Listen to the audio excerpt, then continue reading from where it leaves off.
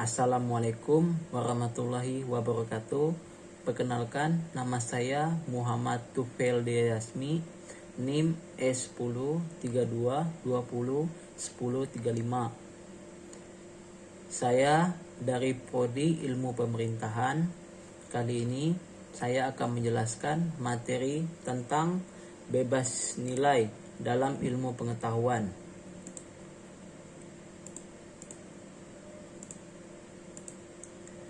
Pengertian bebas nilai dalam ilmu pengetahuan adalah tuntutan agar ilmu pengetahuan dikembangkan hanya berdasarkan pada ilmu pengetahuan saja dan tidak boleh dikembangkan berdasarkan pertimbangan lain di luar ilmu pengetahuan.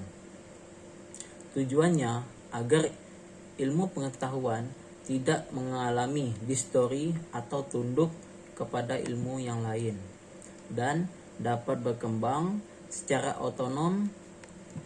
Tuntutan bebas nilai bersifat tidak mutlak karena ilmu pengetahuan sendiri harus tetap peduli pada nilai kebenaran dan nilai kejujuran. Latar belakang dalam bebas nilai ilmu pengetahuan adalah apabila ilmu pengetahuan tunduk kepada ilmu-ilmu lain, maka nilai kebenaran akan dikorbankan. Akibatnya, kita tidak akan pernah sampai pada ilmu pengetahuan yang objektif dan rasional. Ilmu pengetahuan akan berubah menjadi ideologi yang berfungsi untuk melayani kepentingan pihak tertentu dan demi itu rela mengorbankan kebenarannya, yang berarti ilmu pengetahuan berhenti menjadi dirinya sendiri. Contoh dari latar belakang bebas nilai dalam ilmu pengetahuan terbagi menjadi 4. Yang pertama, masalah bebas nilai dalam ilmu pengetahuan adalah masalah besar sepanjang sejarah ilmu pengetahuan. Yang kedua, masalah ini terutama berkaitan dengan dampak dari ilmu pengetahuan terhadap kehidupan manusia. Yang ketiga, terjadi kekhawatiran atau kebenaran harus dikorbankan. Yang keempat, akibatnya kita tidak pernah sampai pada kebenaran ilmu yang objektif dan rasional. 2. Kecenderungan dasar bebas nilai dalam ilmu pengetahuan. Tujuan akhir dari ilmu pengetahuan adalah mencari dan memberi penjelasan dan pemahaman tentang masalah dan fenomena alam semesta. Terdapat 2 kecenderungan dalam melihat tujuan ilmu pengetahuan, yaitu puritan elitis dan pragmatis.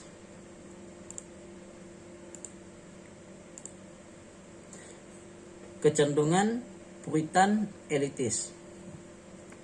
Tujuan akhir ilmu pengetahuan adalah demi ilmu pengetahuan. Bagi kaum puritan elitis, kebenaran ilmiah hanya dipertahankan demi kebenaran murni begitu saja. Penjelasan kebenaran ini hanya memenuhi rasa penasaran manusia tanpa melihat guna bagi kehidupan manusia sehari-hari. Akibatnya, ilmu pengetahuan menjadi hal yang mewah dan tidak semua orang dapat mencapainya. Bagi kaum puritan elitis, ilmu pengetahuan dapat menjadi objektif, maka ilmu pengetahuan harus dibebaskan dari tujuan manusia, kebahagiaan dan keselamatan bagi manusia, karena selama ini ilmu pengetahuan dikembangkan demi memecahkan masalah dan berbagai masalah kehidupan manusia. Contohnya, yang pertama, tujuan akhir ilmu pengetahuan adalah untuk mencari kebenaran murni dan memuaskan rasa ingin tahu manusia. Yang kedua, ilmu pengetahuan hanya bertujuan untuk mencari penjelasan dan pemahaman. Yang ketiga, knowing and much. Yang keempat, ilmu pengetahuan bersifat logis dan rasional dan empiris. Kecenderungan pragmatis. Menurut para pragmatis, ilmu pengetahuan memang bertujuan untuk kebenaran. Namun, yang juga penting yaitu bahwa ilmu pengetahuan itu pada akhirnya berguna bagi kehidupan manusia, yaitu untuk memecahkan persoalan dalam hidupnya. Bagi kelompok ini, kebenaran akan lebih punya arti justru apabila dapat membantu kehidupan manusia. Oleh karena itu, manusia modern semakin ingin mengembangkan terus ilmu pengetahuan sekarang ini. Contoh dari pragmatis. Yang pertama, ilmu pengetahuan berguna bagi manusia untuk memecahkan berbagai persoalan yang dihadapi dalam hidupnya. Yang kedua, jadi ilmu pengetahuan bukan dikembangkan demi ilmu pengetahuan semata, melainkan juga demi menjawab berbagai persoalan hidup manusia. Yang ketiga, dengan ilmu pengetahuan manusia tidak hanya tahu bahwa, tahu akan, tahu mengapa, melainkan ia juga akan tahu bagaimana. Yang ke pragmatis. Sintesis. Untuk menangani dan sebagai jalan keluar dari masalah bebas dalam ilmu pengetahuan, terdapat dua pandangan dalam melihat hasil akhir ilmu pengetahuan, yaitu yang pertama, context of discovery. Yang kedua, context of justification. Context of discovery. Yang pertama, ilmu pengetahuan tidak terjadi, ditemukan, dan berlangsung dalam kevakuman. Ilmu pengetahuan selalu ditemukan dan berkembang dalam konteks ruang dan waktu tertentu. Jadi, ilmu pengetahuan tidak muncul secara mendadak begitu saja. Ada konteks tertentu yang melahirkan ilmu pengetahuan dan sekaligus sangat memengaruhi. Yang kedua, ilmu pengetahuan tidak bisa bebas nilai.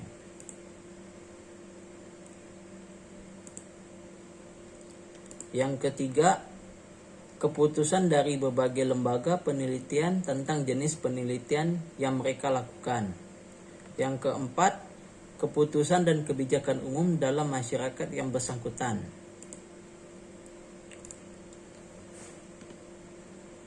Context of justification terbagi menjadi tiga. Yang pertama, menyangkut konteks di mana kegiatan ilmiah dan hasil-hasilnya diuji berdasarkan kategori dan kriteria yang murni ilmiah, yaitu data dan fakta ada apa adanya serta keabsahan metode ilmiah yang dipakai tanpa mempertimbangkan dan kriteria dan mempertimbangkan lain di luar itu. Yang kedua, dalam konteks pembuktian sebuah hipotesis atau teori, semua faktor ekstra ilmiah harus ditinggalkan dan diperhitungkan adalah bukti empiris dan penalaran logis rasional. Satu-satunya nilai yang berlaku dan diperhitungkan adalah nilai kebenaran. Yang ketiga, ilmu pengetahuan harus bebas nilai.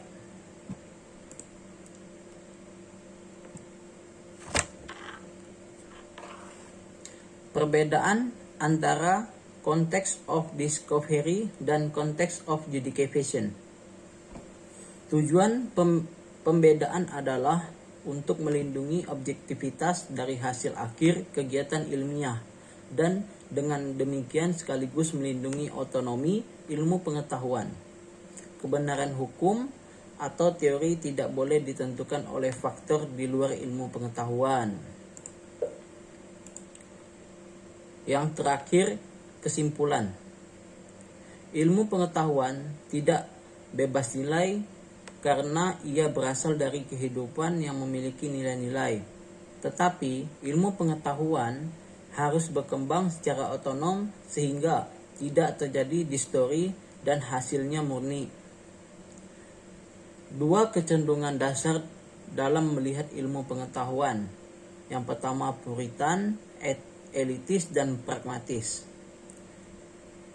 Jalan keluar untuk mengatasi masalah bebas nilai adalah dengan membedakan antara context of discovery dan context of justification.